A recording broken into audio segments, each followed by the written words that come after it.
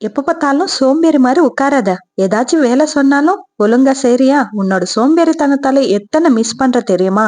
அப்படின்னு உங்களை அடிக்கடிக்கு திட்டுறாங்களா? அப்பன்னா இதோ உங்களுக்காக தான் இந்த வீடியோ. Welcome back to our channel. நான் உங்களோட தீபா. இந்த வீடியோல என்னோட ரொட்டீன் vlog இருக்கும். அது கூட நம்ம சோம்பேறித்தனத்தால எவ்வளோ மிஸ் பண்ணுவோம் அப்படின்றத பத்தி இந்த வீடியோல பார்க்கலாம். வீடியோவை மிஸ் பண்ணாம கடைசி வரை பார்த்துடுங்க. வீடியோ பிடிச்சா ப்ளீஸ் லைக் பண்ணிக்கோங்க. இன்னும் சப்ஸ்கிரைப் பண்ணலைன்னா ப்ளீஸ் சப்ஸ்கிரைப் பண்ணிட்டு பக்கத்துல பெல் ஐக்கானை பிரஸ் பண்ணி வச்சுக்கோங்க. வீடியோ ஃபுல்லா பார்த்துட்டு யாருக்காச்சும் ஷேர் பண்ணணும் அப்படின்னு தோணுச்சுன்னா உடனே ஷேர் பண்ணி விட்டுடுங்க.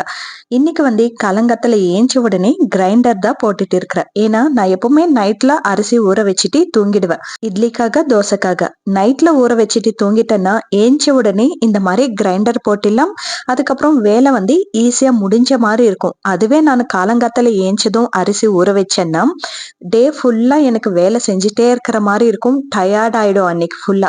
ஸோ அதனால நான் தூங்குற டைம்ல இந்த மாதிரி அரிசி நல்லா கிளீன் பண்ணிட்டு ஊற வச்சுட்டு தூங்கிடுவேன்.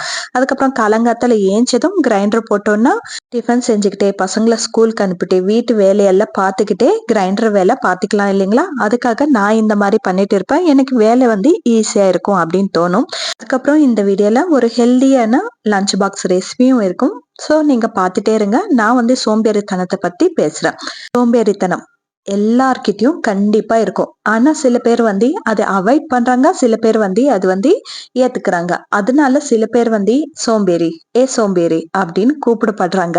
ஆனா சில பேர் கிட்ட பாருங்க அந்த வார்த்தையே கிட்ட கூட வராது. அந்த அளவுக்கு அவங்க மெயின்டைன் பண்ணிட்டு இருப்பாங்க. சோம்பேறித்தனத்தை விட பெரிய நோய் எதுவுமே இருக்காதுன்னு நினைக்கிறேன். ஏன்னா அவ்வளவு லேசினஸ் ஆயிடுவாங்க. சில பேர் இருப்பாங்க பாருங்க, அவங்க குடிக்கிற தண்ணி கூட யாராச்சும் மொண்டு கொடுத்தா குடிக்கலாம் அப்படின்ட்டு வெயிட் பண்ணிட்டு இருப்பாங்க. ஏஞ்சி போய் குடிக்கிறதுக்கே அவ்வளோ கஷ்டம், அவ்வளோ சோம்பேறி. இவ்வளோ சோம்பேறி வச்சுக்கிட்டு என்ன பிரயோஜனம் இருக்கு? ஒரு பிரயோஜனம் இல்லை இல்லைங்களா? நம்ம சுறுசுறுப்பா நம்ம வேலை நம்ம செஞ்சுக்கிட்டே அடுத்தவங்களுக்கு ஏதாச்சும் ஹெல்ப் பண்ணிட்டு இருந்தா இன்னும் நல்லா இருக்குமே. ஆனா அதுதான் உங்களுக்கு கஷ்டமான வேலை இல்லைங்களா? ஏன்னா உனக்குதான் சோம்பேறி இருக்கே, நீ எப்படி செய்ய முடியும் அப்படின்னு நீயே ஒரு டேக்லைன் உனக்கு கொடுத்துக்கிற. அவ்வளவுதான், வேற யாரும் கொடுக்கறது கிடையாது. நம்மள நாமே அப்படி பண்ணிடுறோம். என்னால முடியாது, எனக்கு தெரியாது, அந்த வேலை எப்படி பண்ணுவாங்க தெரியாது அப்படின்னு ஈஸியா தப்பிச்சு போயிடுவாங்க. எந்த வேலையா இருந்தாலும் எதுக்கு தெரியாம போயிடும்? நம்ம ஒரு முறை செஞ்சோம்னா ரெண்டாவது வாட்டி அதுவே ஆட்டோமேட்டிக்கா வந்துடும் இல்லையா? ஆனா அது முயற்சியே பண்ண மாட்டாங்களாம். எனக்கு தெரியாதே, அது எப்படி பண்ணணும்னு தெரியாதே அப்படின்னு ஈஸியா தப்பிச்சு போயிடுவாங்க. ஏன்னா அவங்களுக்கு சோம்பேறித்தனம் இருக்கு இல்லையா? அதனாலதான் இந்த மாதிரி அவங்க நினைக்கிறாங்க, அப்பாடா எல்லா வேலைக்கிட்டையும் நம்ம தப்பிச்சிட்டோம்டா சாமி, அவங்களே செஞ்சுக்கிட்டோம் அப்படின்னு நினைக்கிறாங்க. ஆனா அந்த சோம்பேறித்தனத்தால அவங்க ஹெல்த் அவங்களே வீணாக்குறாங்க அப்படின்னு நான் சொல்றேன். ஏன்னா எந்த வேலையுமே செய்யாம அப்படியே உட்கார்ந்தோம்னா எப்படி ஹெல்த் நல்லா இருக்கும்? நம்ம அவ்வளோ வேலை செஞ்சுக்கிட்டே இந்த வயசுக்கே எல்லா நோயும் வருது. ஆனா அப்படியே உட்கார்ந்து எனக்கு தண்ணி மொண்டு வா, எனக்கு சாப்பாடு போட்டுட்டு வா, ஊட்டி விட்டுடு அப்படின்னு எல்லா வேலையுமே நம்ம கிட்ட வாங்குறவங்க அவங்க எப்படி ஹெல்தியா இருக்க முடியும்? அவங்கவுங்க வேலை அவங்கவுங்க செஞ்சாதான் நல்லா இருக்கும். உனக்கான வேலை நீ செஞ்சுக்கிறதுக்கே அவ்வளோ கஷ்டமா இருந்துச்சுன்னா அடுத்தவங்களுக்கு எப்படி அவ்வளோ ஈஸியா சொல்லிட முடியும்? அது செஞ்சுடு, இப்படி செஞ்சுடு, அப்படி செஞ்சுடு அப்படின்ட்டு. உனக்கு கஷ்டம் இருக்கிற மாதிரி தானே அடுத்தவங்களுக்கும் இருக்கும். ஆனா அதெல்லாம் எதிர்பார்க்க மாட்டாங்க. நம்ம வேலை முடிஞ்சிடும், அதை நம்ம செய்யவே கூடாது இப்படின்னு தான் இருப்பாங்க. இந்த சோம்பேறித்தனத்தால நீங்க சின்ன வயசுல இருந்து எத்தனை மிஸ் பண்ணிருப்பீங்கன்ட்டு நீங்க இப்பயாச்சும் நோட்டீஸ் பண்ணிருக்கீங்களா இல்லையான்ட்டு தெரியல. ஆனா நான் ஒரு முறை சொல்றேன் பாருங்க. சின்ன வயசுல இருந்து நீங்க இப்படியே இருந்தீங்கன்னா நீங்க படிப்பு மிஸ் பண்ணிட்டு இருப்பீங்க, உங்க ஃப்ரெண்ட்ஸையும் மிஸ் பண்ணிட்டு இருப்பீங்க, உன்னை சுத்தி இருக்கிறவங்க கிட்டயும் உங்க ஃபேமிலி மெம்பர்ஸ் கிட்டயும் உங்க மேல இருக்கிற நம்பிக்கையும் மிஸ் பண்ணிட்டு இருப்பீங்க. ஏன்னா எந்த வேலை செஞ்சாலும் நீ செய்ய மாட்டே இல்லையா? அதனால அவங்களுக்கு தெரிஞ்சுட்டு இருக்கும். சின்ன வயசுல இருந்து பார்த்துட்டே இருப்பாங்க. அவங்களுக்கு இந்நேரத்துக்கு தெரிஞ்சுட்டு இருக்கும், போடா அவகிட்ட சொன்னா இப்ப செய்யறது இன்னும் எத்தனை வருஷம் ஆகுமோ, அதுக்கு நம்மளே செஞ்சுட்டு போயிடலாம், அவகிட்ட எல்லாம் சொல்லாத விடு. அவனா கூப்பிடுற, அவ பெரிய சோம்பேறிடா, அவ எங்க வந்தாலும் தூங்கிட்டே இருப்பா இல்ல செல்லு நோண்டிட்டே இருப்பா, அவனை கூட்டிட்டு போய் என்ன என்ஜாய் இருக்கும், வேண்டாம் வேண்டாம் அவனை விட்டுடு அப்படின்னு ஃப்ரெண்ட்ஸ் சொல்லுவாங்க. படிப்புன்னு சொல்றீங்களா, படிக்கிறதுக்கு கூட நம்மளுக்கு கஷ்டம், எவ்வளவு படிச்சாலும் மண்டைக்குள்ள ஏறவே மாட்டேங்குது அப்படின்னு டிசைட் ஆயிடுவாங்க இவங்களே. இவங்க டிசைட் ஆகிறது தானே மைண்டும் கேட்கும். ஸோ அதனால அந்த படிப்பையும் போயிடும். எப்படி படிச்சாலும் வரவே இல்லை அப்படின்னு சொல்லுவாங்க. ஆனா அடுத்தவங்க 1 மணி நேரம் படிச்சா இவங்க ஒரு 10 நிமிஷம் கூட படிச்சிருக்க மாட்டாங்க. அப்ப எப்போ மண்டைக்குள்ள ஏறும்? நம்ம ஒரு இன்ட்ரெஸ்ட் வச்சு ஒரு கான்பிடென்ட்டா நம்ம நம்மளால முடியும் அப்படின்னு படிச்சாதானே வரும். ஆனா அப்படியெல்லாம் பண்ண மாட்டாங்க. எனக்கு தெரியாது, எனக்கு வராது அப்படின்னு முன்னாடியே டிசைட் ஆயிடுவாங்க. அதுதான் நான் முன்னாடியே சொன்னனே, எதுவுமே ட்ரை பண்ணாம என்னால முடியாது முடியாதுன்ட்டு இவங்களே டிசைட் ஆயிடுவாங்கன்னு சொல்லிட்டு. அதேதான் சேம் இங்கேயும். எனக்கு முடியாது, எனக்கு தெரியாது அப்படின்னு அவங்களே டிசைட் ஆயிடுவாங்க. அதனால படிப்பு கூட மண்டையில ஏறாது. நாளைக்கு படிச்சுக்கலாம், நாளைக்கு படிச்சுக்கலாம் அப்படின்னு சொல்லிட்டு பெண்டிங் போட்டுட்டே இருப்பாங்களே தவிர, அவங்க படிக்கவும் மாட்டாங்க, மார்க்கும் வரவும் வராது. அந்த படிப்போட வேல்யூ எப்போ தெரியும் தெரியுமா அவங்களுக்கு? அவங்களுக்கு ஒரு 20, 25 வந்த பிறகு அவங்களும் சம்பாதிக்கணும் அப்படின்னு நினைக்கிறப்போ ஜாப் யாரும் கொடுக்க மாட்டாங்க பாருங்க. ஒரு நாளைக்கு ஒரு 10, 20 ஆபீஸ் ஏறி இறங்குறப்போ தெரியும்.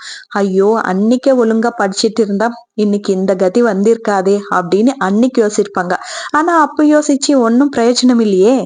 காலம் எல்லாம் முடிஞ்சு போச்சே, திரும்பி வராது இல்லைங்களா? முடிஞ்சு போனது முடிஞ்சு போனதுதான். டைம் வந்து நம்மள மாதிரி சோம்பேறித்தனமா உட்காராது. அது வேலை கரெக்டா செய்யும். அது யாரையுமே மதிக்கலனாலும் அதோட வேலை அது பர்ஃபெக்டா செஞ்சுட்டு போயிட்டே இருக்கும்.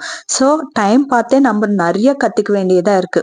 பாருங்க, அது யாராச்சும் மதிக்கிறாங்களா? நம்மளுக்கு எப்ப தேவைப்படுதோ அப்போ மட்டும்தான் திரும்பி பார்ப்போம். எவ்வளவு டைம் ஆகுது அப்படின்னு சொல்லிட்டு. ஆனா அதோட வேலை மட்டும் எப்பவுமே முள்ளு நிக்காம சுத்தினே இருக்கும் பாருங்க. அதுதான் நம்ம யார் யாரையோ இன்ஸ்பிரேஷனா வச்சுக்கிறது ரொம்ப தப்பு. நம்ம வீட்டுல இருக்கிற கிளாக்கே நம்ம இன்ஸ்பிரேஷனா வச்சுக்கணும் இந்த சோம்பேறித்தனத்துக்கு மட்டும். நீ அடிக்கடிக்கு என்ன திரும்பி பாப்பேன்ட்டு என் வேலை நான் செய்ய மாட்டேன். என்னோட வேலை என்னோட டியூட்டி நான் செஞ்சுட்டே இருப்பேன் அப்படின்னு அதோட வேலை கரெக்டா செஞ்சுட்டே இருக்கும். அது பார்த்தே நம்ம நிறைய கத்துக்கலாம். எதுக்கு சும்மா உட்கார்ந்தா என்ன வந்துடும்? ஒன்னும் வராது, தொப்ப தவிர.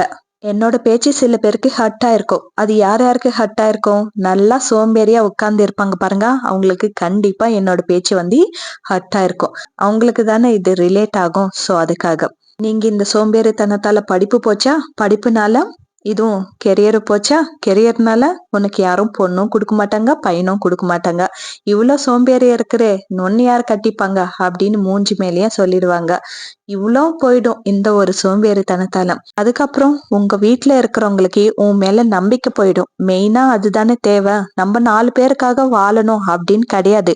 ஆனா உன் குடும்பத்துக்காக நீ கண்டிப்பா வாழ்ந்தே ஆகணும் இல்லையா? சோ உங்க குடும்பத்துலவே உன் மேல நம்பிக்கை இல்லைன்னா எப்படி உன்னை நம்புவாங்க? உனக்கு யாரு நம்பி பொண்ணு கொடுப்பாங்க?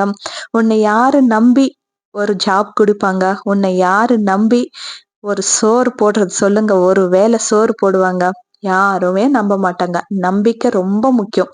அதை விட சோம்பேறித்தனத்தை பக்கத்துல வச்சோன்னா அந்த நம்பிக்கை வந்து கண்டிப்பா வரும். இந்த சோம்பேறித்தனம் போனோன்னா என்ன பண்ணணும்? அதுக்கண்டி 24 மணி நேரம் வேலை செஞ்சுட்டே இருக்கணும் அப்படின்னு கிடையாது. சுறுசுறுப்பா இருக்கணும். ஏதாச்சும் வேலை செஞ்சாங்க சொன்னாங்கன்னா உடனே என்னால முடியும், நான் செய்யற விடுங்க அப்படின்னு சொன்னா நல்லா இருக்கும்.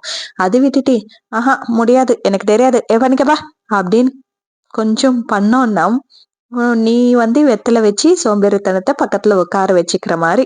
இந்த சோம்பேறித்தனத்தால எல்லாமே நம்ம லாஸ் பண்ணிட்டே இருப்போமே தவிர ஒண்ணு கூட கெயின் ஆகுற மாதிரி ஒரு பாயிண்ட் கூட இருக்காது. சோ நீங்க இன்னில இருந்து நீங்க சோம்பேறியா இருந்தீங்கன்னா இன்னில இருந்து சோம்பேறித்தனத்தை பக்கத்துல வச்சுட்டு எல்லா வேலையும் அதோட டைம்க்கு முடிச்சு வச்சிட்டோம்னா எல்லாமே பர்ஃபெக்டா இருக்கும். உன்னோட லைஃப் வந்து ரொம்ப ஹாப்பியா லீட் பண்ணலாம். நீங்க வெளியில போய் வேலை செய்யறது பத்தி மட்டும் நான் சொல்லல. வீட்டு வேலை கூட பாருங்க. ஒரு பையனுக்கு மட்டுமே கிடையாது. பொண்ணுங்களுக்கு கூட நிறைய பேருக்கு சோம்பேறித்தனம் இருக்கு. வீட்டு வேலை அப்புறம் பண்ணிக்கலாம். துணி தானே அப்புறம் மடிச்சுக்கலாம். சாமானம் தானே அப்புறம் கழுவிக்கலாம். வீடு அப்புறம் பெருக்கலாம் விடு அப்படின்னு நம்ம சோம்பேறித்தனத்தை பக்கத்துல கூட்டிட்டு வந்து உட்கார வச்சுக்கிறோம். ஆனா அந்தந்த வேலை அந்தந்த டைம்க்கு பண்ணி முடிச்சிட்டோம்னா எல்லாமே நீட்டா இருக்கும். வீடு பார்த்து பொண்ணு பார்ப்பாங்க அப்படின்னு சொல்லுவாங்க இல்லையா? அதை எனக்கு கரெக்டா சொல்றதுக்கு தெரியல. ஆனா தெலுங்குல சொல்லுவாங்க, வீடு பார்த்த உடனே அந்த வீட்டுல வாழ்ற பொண்ணு பத்தி தெரிஞ்சிடும் அப்படின்னு சொல்லிட்டு. வீடு நம்ம எந்த அளவுக்கு லட்சணமா வச்சிருக்கிறோம் அப்படின்றது ரொம்ப முக்கியம். அந்த லட்சணமா வச்சுக்கிறதுக்கு நம்ம அப்பப்போ செஞ்சாதானே லட்சணமா இருக்கும். அது அப்புறம் செஞ்சுக்கலாம் அப்புறமா செஞ்சுக்கலாம் அப்படின்னு விட்டுட்டோம்னா அது ஒரு காடு மாதிரி இருக்கும், வீடு மாதிரி இருக்காது. சோ அதனால எந்த வேலையா இருந்தாலும் சின்ன சின்ன வேலையா இருந்தாலும் அந்த டைம்க்கு முடிக்கிறது ரொம்ப முக்கியம். ரொம்ப சுறுசுறுப்பாவும் வச்சுக்கோ நம்மள. நம்ம தான் வேண்டாம் அப்புறம் பண்ணிக்கலாம் அப்புறம் பண்ணிக்கலாம், இந்த அப்புறம் இருக்கு பாருங்க, அந்த அப்புறம் பக்கத்துல வச்சுட்டோம்னா நம்ம ஹெல்தியா இருக்கும், ஜாலியா இருப்போம், சந்தோஷமாவும் இருப்போம். ஒரு நாள் நீங்க ஆக்டிவா இருந்து பாருங்க. அந்த நாள் எவ்வளோ பீஸ்ஃபுல்லா இருக்கும். அதை விட்டுட்டு நம்ம லேட்டா எந்திரிக்கிறது, லேட்டா டிஃபன் செய்யறது, பசங்கள கத்துறது, பசங்கள அடிச்சு ஸ்கூலுக்கு அனுப்புறது, டைம் ஆயிடும் இல்லையா? நம்மளுக்கும் கோவம் வந்துடும் இல்லையா? டைம் ஆகுறப்போ. ஸோ இந்த மாரி கொஞ்சம் டென்ஷனாவே இருக்கும். அதை விட்டுட்டு கொஞ்சம் சீக்கிரமா எந்திரிச்சுட்டு, பசங்க எந்திரிக்கிறதுக்கு முன்னாடி எல்லாமே ரெடி பண்ணி வச்சுட்டு, அதுக்கப்புறம் பசங்கள ரெடி பண்ணி ஸ்கூலுக்கு அனுப்பி பாருங்க. எவ்வளோ நிம்மதியா இருக்கும் ஆண்டி. ஸோ இந்த வீடியோ பார்த்த பிறகு நீங்க சோம்பேறித்தனத்தை கொஞ்சம் பக்கத்துல வச்சுட்டு ஆக்டிவா மாறிடுவீங்க அப்படின்னு நான் நம்புறேன். ஐ ஹோப் இந்த வீடியோ உங்களுக்கு பிடிச்சிருக்கு அப்படின்னு தான் நானும் நம்புறேன். பிடிச்சிருந்தா மறக்காம லைக் பண்ணிக்கோங்க. இந்த வீடியோல சொல்ற ஒரு பாயிண்ட்டும் உங்களை மோட்டிவேட் பண்ணி உங்க சோம்பேறித்தனத்தை பக்கத்துல வைக்கிறதுக்காக மட்டும்தான். அதை விட்டுட்டு தப்பா ஏதாச்சும் பேசியிருந்தா மன்னிச்சுக்கோங்க. இந்த வீடியோ பிடிச்சிருக்கா இல்லையான்ட்டு கண்டிப்பா கமெண்ட்ல சொல்லிட்டு, பிடிச்சிருந்தா லைக் பண்ணிட்டு, இன்னும் நம்ம சேனலை சப்ஸ்கிரைப் பண்ணலன்னா சப்ஸ்கிரைப் பண்ணி வச்சுக்கோங்க.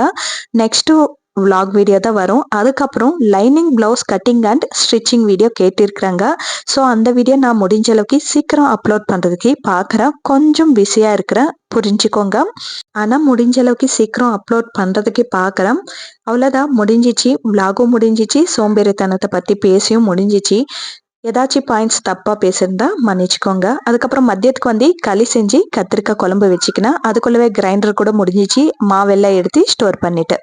இந்த வீடியோ யாருக்கு ஷேர் பண்ணணுமோ உங்களுக்கு நல்லாவே தெரிஞ்சிருக்கும் இல்லையா? அவங்களுக்கு மறக்காம ஷேர் பண்ணி விட்டுடுங்க. இருக்கட்டுங்களா? பாய்.